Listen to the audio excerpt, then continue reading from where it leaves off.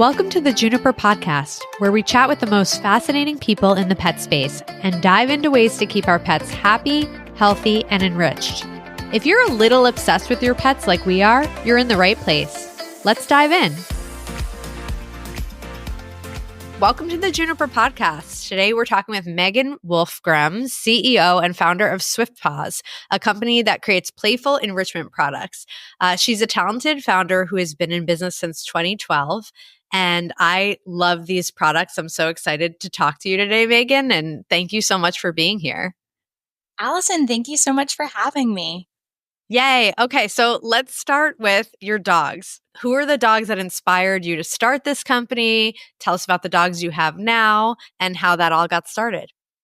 So it was really one dog that kicked it all off for me. This little dog was a miniature pinscher named Pretzel. And when I first saw him, he was curled up sleeping and he was all solid red. And so I looked over and the first thing I said was, "You look just like a little pretzel, like all curled up." And then it just stuck. And I got this dog, to put this in a frame of reference, when I was 16 years old. And dog crazy 16-year-old Meghan, like that was the peak for me, is getting my own dog. I had a family dog growing up. I begged, and the parents finally got me a dog when I was 8 years old. So it was my first dog, Snickers. And I think you sense a food theme going on. I have a newer puppy to me last year whose name is Melon. So a lot of food stuff. So Pretzel was the first dog that was all mine. Like I sought him out. And as a 16-year-old, you're going through a lot of life changes. So that was my sidekick from 16 until he did pass in 2021 at the age of 14 and a half. But that little dog was a challenge, right? He was a miniature pinscher. He was tenacious. He had an opinion. He didn't really like other dogs. He didn't really like playing with things. And he really loved food. And I really wanted to do all the things with my dog. So we did agility and he did it for me and for the food. And I was on this journey of what can I do with my dog? And that's when my agility trainer told me that the most fun she'd ever had was lure coursing. So that opened my eyes to all these new dog sports like barn hunt and lure coursing and duck diving. And there's frisbee and there's so many dog sports that I don't think the typical average dog owner would even know or be aware of. And that was kind of my entry point, was this little tenacious miniature pinscher. And why do you think dog sports are such a mystery to a lot of dog owners? I think there's a lot more people that would get into it if they knew about it. What can you tell us about that whole world? Yeah. So to understand dog sports, I think you have to understand the mentality of the people who really want to be a part of them. There's differences when it comes to showing. When you think of a dog show, a lot of people think of Westminster, what you see on TV, and that's truly conformation showing. That is, you're breeding to the breed standard and you're getting judged on all the criteria and how well does that individual dog represent the breed standard. And that has very little to do with what we call performance sports. So performance sports would be anything like agility, when you see them weaving through poles and going through tunnels and over jumps, or duck diving when they're jumping into a pool of water after a toy, or lure coursing, which is what SwiftPaws does, which is where they're chasing after a fake squirrel.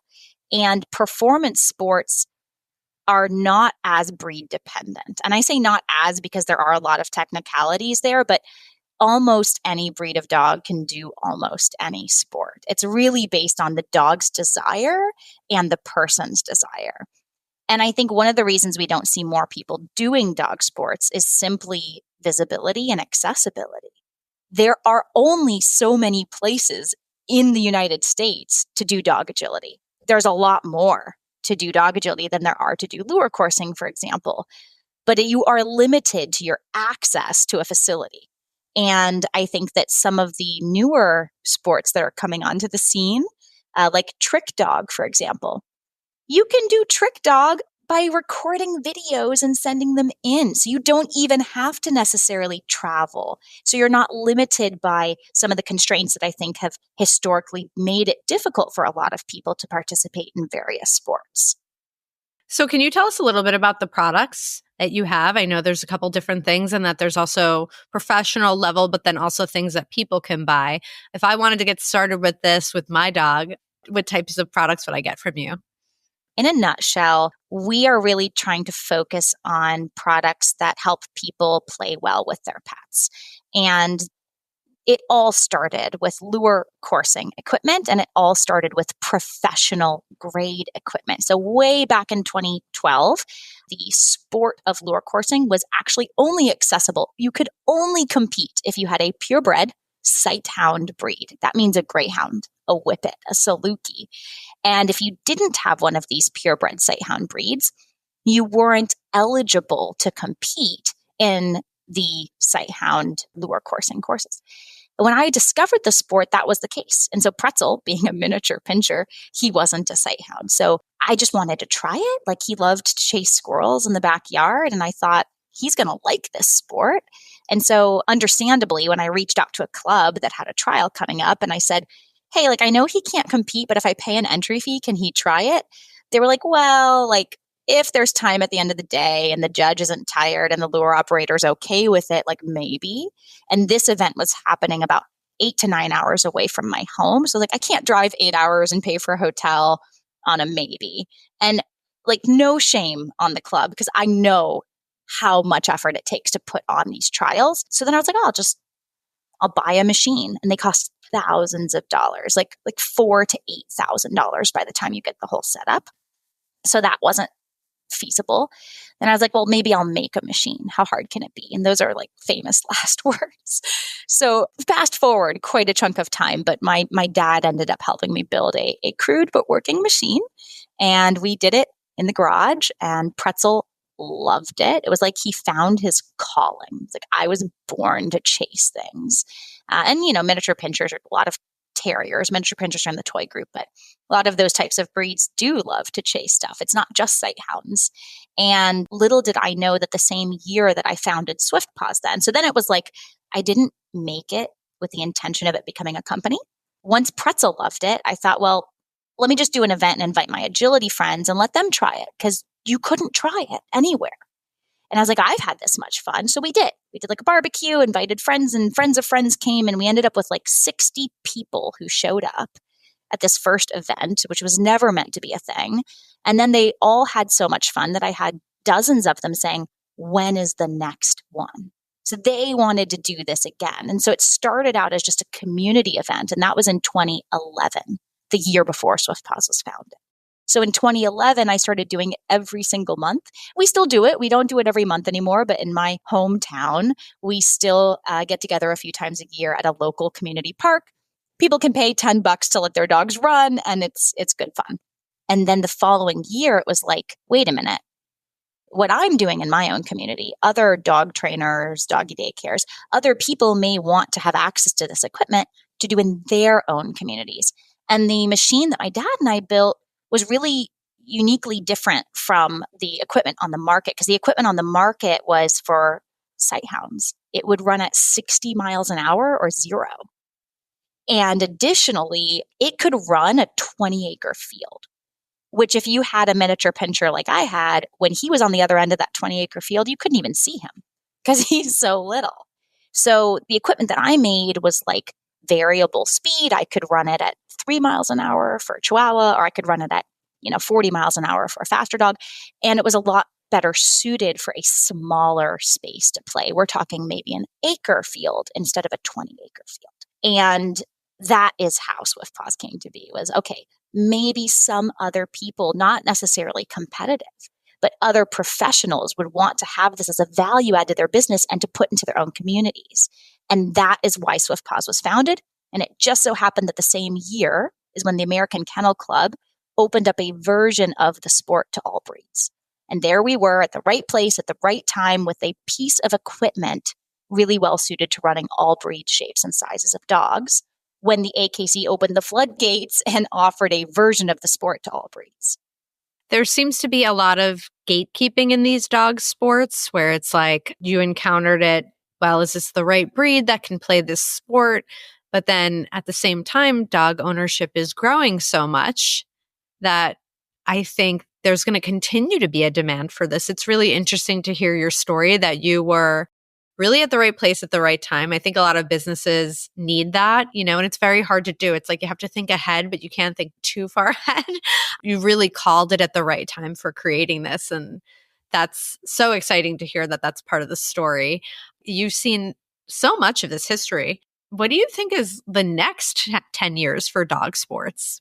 It's interesting that you brought up gatekeeping because I don't think that it's intentional. I think largely so many people, like I guarantee you that if you walked out to a sight hound trial and you just showed up and said, you know what, I don't know anything, but I want to learn, you would be so warmly welcomed.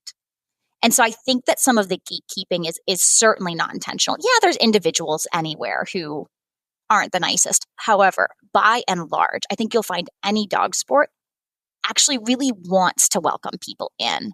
And I think that what we've seen over time now is more of a gateway versus gatekeeping. So a sport like, let's talk about the AKC's version for all breeds that was introduced, which was the coursing ability test. It actually wasn't competitive. It was pass or fail. Does your dog do it or do they not do it? So it was a great way to say, yeah, you might have a golden retriever and he can't compete against the sight hounds, but he could still pass the test and get a title that he has the ability to do this. And then that turned into what's called Fast Cat, so Fast CAT, which is a 100-yard dash. Each dog runs the 100 yards individually. They get timed. That time gets converted to miles per hour. And then they actually get ranked within their own breeds. So now golden retrievers are ranked the fastest all the way, number 1 through however many have done it, on who's the fastest. And that has opened the way for a little bit of competition. And then like all American breeds, so your mixed breeds can additionally compete, or the dog that you adopted from the shelter. I've got my girl Piper with me. I'd call her over, but she's literally sleeping on the couch in my office. So if she makes an appearance later, you'll see. We don't want to disturb her. Yeah, she's taking a very important nap. But, she came out of a Miami-Dade shelter. This isn't a dog that could be registered as a purebred dog with AKC. So, but she can still compete now. And so I think what's happening is we're seeing an opening.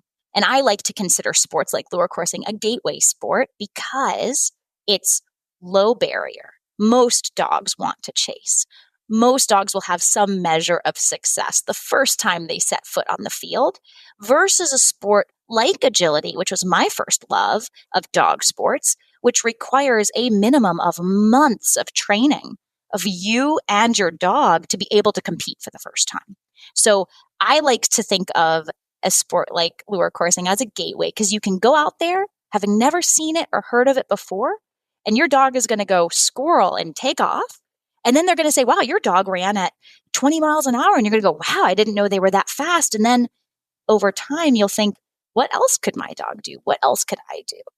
And that's where I think the trajectory of dog sports is heading, to a place that is not only welcoming once you get in there, but also welcoming from the front end too. And I think we see this with some of the developments that are happening. So for example, I love this, the United Kennel Club. So we've got the American Kennel Club, the United Kennel Club, we've got CPE, which is Canine Performance Events. We've got all these different organizations in the US where you can register your dog and compete in different performance sports, and also purebred registry if you care about conformation showing and buying from a reputable breeder, right? More than one organization. That's good to know. The United Kennel Club changed their entire motto. This is an organization that's more than 100 years old. They changed their motto just a few years ago to dogs that do more. And I love that. I think that really sums up the direction that dog sports are heading, because we're learning that our dogs are individuals and they can do a whole lot more than necessarily we imagined at the outset. Here at Juniper, we make content for your favorite pet brands. We're 100% women-owned and operated, and you can hire us to create your articles, blogs, videos, email marketing campaigns, lead generation guides, and more.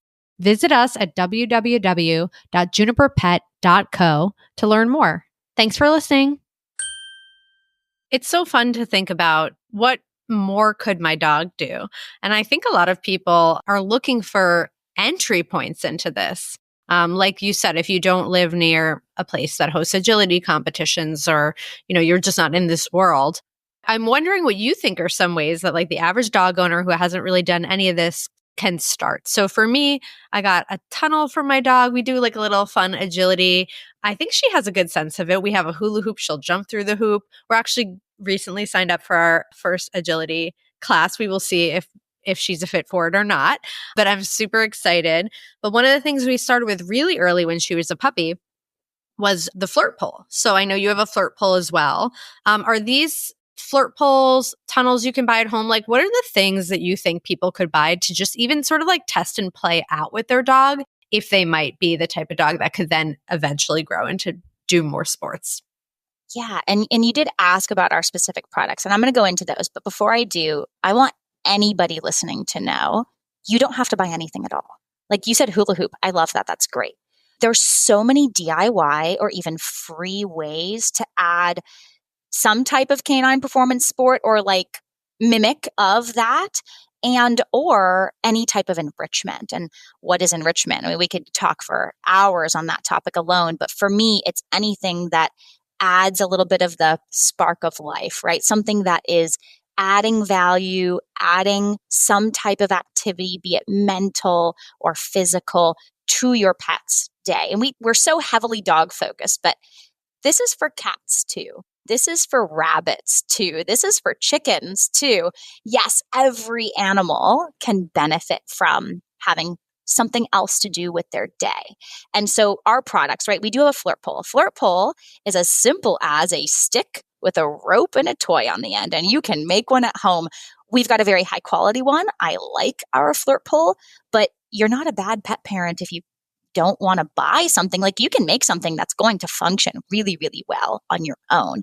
And the flirt pole is super fun because it introduces this idea of a chasing game where you're not having to physically be as active as your pet. So the flirt pole, right, you can swing your arm and the toy might be going 20 feet around you in a circle. That's going to give them way more exercise than if you were running around with your pet.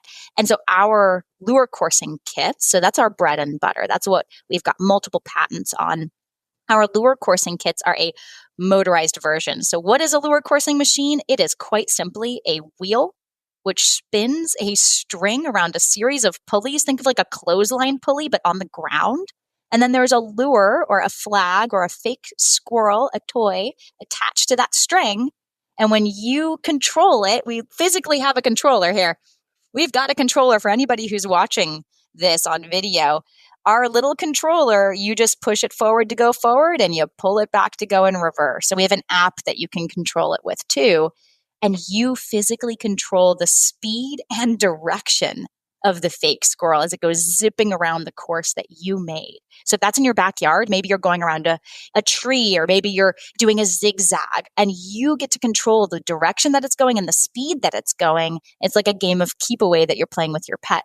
And one thing that I've been diving into more and more is really talking about like, why do pets love this? Why do they love to chase? And that comes back to the predatory cycle. And both cats and dogs are predators, and they will naturally orient, right? A cat looking out a window, and then they lock in on a bird sitting on a branch in a tree. And then they might start to stalk that bird. And then eventually they're chasing, and then they're catching, right? And in nature, that would ultimately end up in consuming, but we can mimic parts of that predatory cycle. And it's so important to focus in on what your pet really loves. Maybe your pet loves to stalk. Maybe they don't stalk at all. Maybe you've noticed that your puppy likes to take the stuffing out of their toys. They really love dissecting. Well, there's so many great toys and ways that you can engage with that. You can wrap up one of their own toys at home in a piece of paper, and they get to shred that paper and unwrap that toy. So we can feed into our own pets' natural tendencies and help bring more joy to their day by offering them different ways to play. So lure coursing kit is great. They are an investment. So they're not always affordable for everybody, but flirt poles are a great chase option, as is a tennis ball. We've been partnering with an amazing European puzzle toy company called Puzzler. These are puzzles. They're reconfigurable puzzles that once your pet figures out the puzzle, you can, like Legos, reconfigure it, and now it's a whole new puzzle again. So there's all these amazing products out there that can help you and your pet sort of discover, but you can also just make it yourself at home. Thank you for sharing that. There's really like entry points into this. And I think it's smart for people to look at what your dog or cat actually likes. I was surprised that my dog liked the flirt pole so much. We got it when she was a puppy just to try to tire her out because we noticed that when she would see the cat toy that has the famous like cat wands, these are big with cats usually, she was going wild for those. And I was like, I wonder if they make those for dogs. This is literally how little I knew about dogs at the time. And so that was super fun. But you were asking the right question. You watched your puppy, you saw that she was engaged with the wand teaser, and you thought, maybe there's a bigger version of this. I feel like all pet owners want the best for our pets, but to do better for them, we have to better understand them. And the first way to better understand them is just to watch them. Watch them. Are they chewing up one of your shoes? Well, maybe they need an appropriate chew. Are they chasing the cat? Maybe they need an appropriate. So we're all about providing healthy outlets for natural behaviors and instincts. And that's a great frame of mind. Like, watch them and then give them what they need. Right. Like she's part herding breed. And so we bought a herding ball and I was like, this is going to be so great. She doesn't really care about the herding ball. So sometimes they surprise you. I think it's about figuring out like, what does your dog or cat actually like to do? Who are they? And then figuring out how you can give them more of that. So I love everything you're doing and excited that you're sharing this with us. I think this is good for people who are listening, who are like, oh, it'd be interesting to get into that kind of thing, but it just feels like a whole world of these dog sports. But there are a lot of ways you can sort of test out and play at home and then grow into it and see what works for you. Okay, I have to ask you about Shark Tank. I'm sure it's like when a band has a famous hit, they're like tired of playing their hit over and over. So I was trying to think like, what can I ask you about Shark Tank that is different than what you've probably already had to tell everybody about because you're famous for going on Shark Tank for those who haven't seen the segment. One of the most flawlessly executed Shark Tank pitches I've ever seen. You just came in with so much confidence, speaking so clearly. You knew what you wanted. You ended up walking away with a deal. So can you tell us something about Shark Tank that maybe people wouldn't know or would be surprised by, or just your experience having gone through that? Yeah, absolutely. It's that thing where I will never be put out by having somebody ask about it. Because even if I've told it 100 times, it is still one of the uniquely most incredible things I've ever had the opportunity to do. And so, like, even if it's like, yeah, let me tell you about Shark Tank, I think that it would be a shame if I let that dull over time. So even though at this point in time, it was already a couple of years ago that we aired, it's one of those things that's always going to be an incredible experience. So I think that one thing you need to know about me is that historically, if you look back prior to Shark Tank, you're not going to see a lot of me, my face, my name associated with the business. I was very happy to be behind the curtain, and I didn't understand the value of sharing my story. I thought that it was the company's story, SwiftPaws' story. And we wrote about Pretzel and how he inspired it and how his paw prints, if you're watching the video, are literally on the bottom of every single one of our machines, and that it's his legacy. And, I was so very focused on quality product, what we care about, and the pets, that I didn't realize how much other people would connect with me as a founder and my story. And that is one thing that I think Shark Tank really opened my eyes up to. Clearly, heading into, I think now their 17th season of filming and I think 16th season of airing, they can tell really good stories. They're great storytellers. And you do not get to see it before it airs. I think one thing people wouldn't know is that I was in there taping for almost an hour and a half. And you only see about 8 minutes on TV.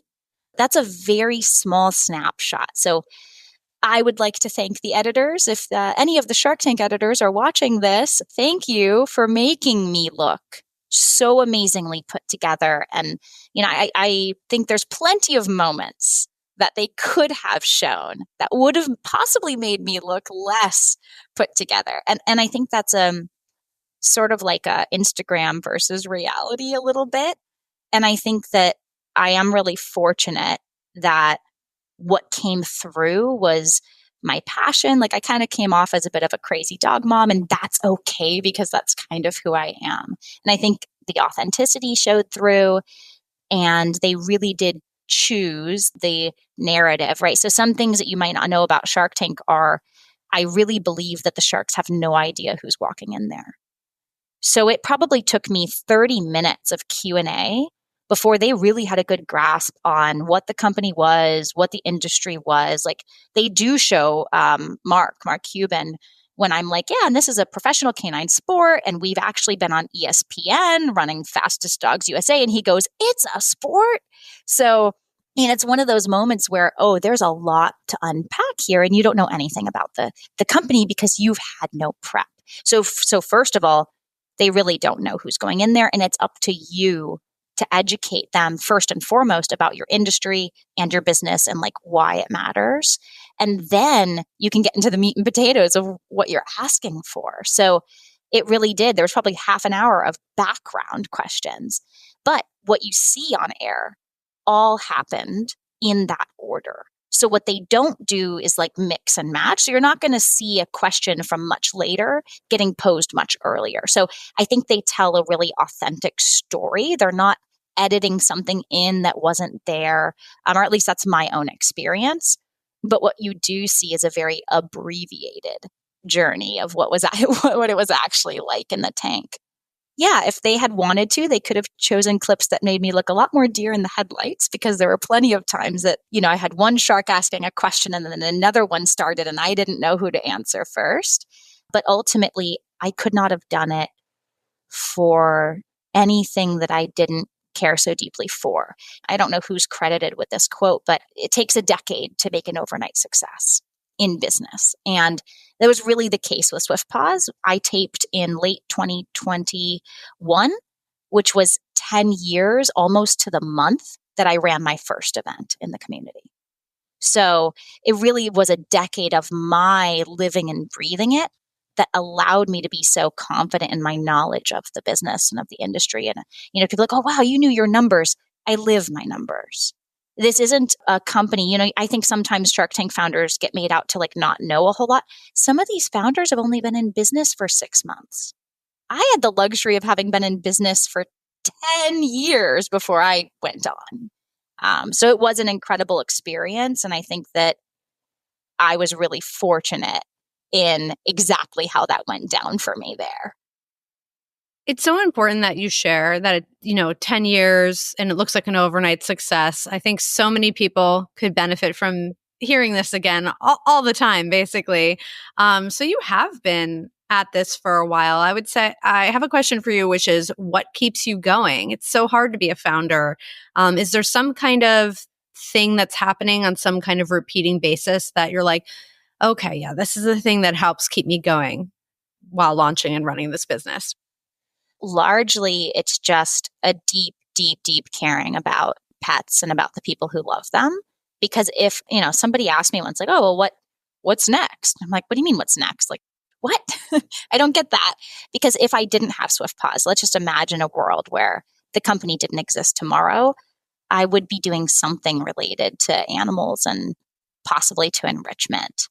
And so for me, it's that thing where when you love what you do, it doesn't really feel like work. And one of the things I'll say to people is that my least favorite part about business, my absolutely least favorite part, is business. It's taxes and it's, all the nitty gritty that isn't fun. It's dealing with paperwork. And my favorite part about running a business is everything else. I so enjoy these conversations. Like I would never be able to do this if I was working a 9-to-5 for a corporation. Like, this is so cool that we get to connect and that I've gotten to speak with you on a couple of occasions and also talk to you about your own journey, connecting with other founders who are going through similar things, especially when you're in the same industry, and connecting with your customers. This might not be the best thing to say, but I'm the only person who has a phone that the SwiftPaws number rings through to. So even to this day, even though we sell thousands of products a year, every single package comes with a card on it. And it's like, if you're having trouble, you can email support, you can call this number. And we don't have a forward-facing number because we're a team of 5 people. We don't have enough people to answer phones and answer questions, but our customers get that number. And when they call, even if I can't answer, they leave a voicemail, I will call them back. And you know what? If it's 7 p.m. on a weekend, if I'm not otherwise engaged, I'll answer because it's almost always a customer that's having a bit of an issue right then and there. And oftentimes I can help solve it. And having that connection, having that like direct connection with customers is really scary because I struggle with like self-worth and I also struggle with like, is my product good enough? But it's also really refreshing because the best thing you can hear from a customer is what isn't currently meeting their expectations with the product so that you can make it better.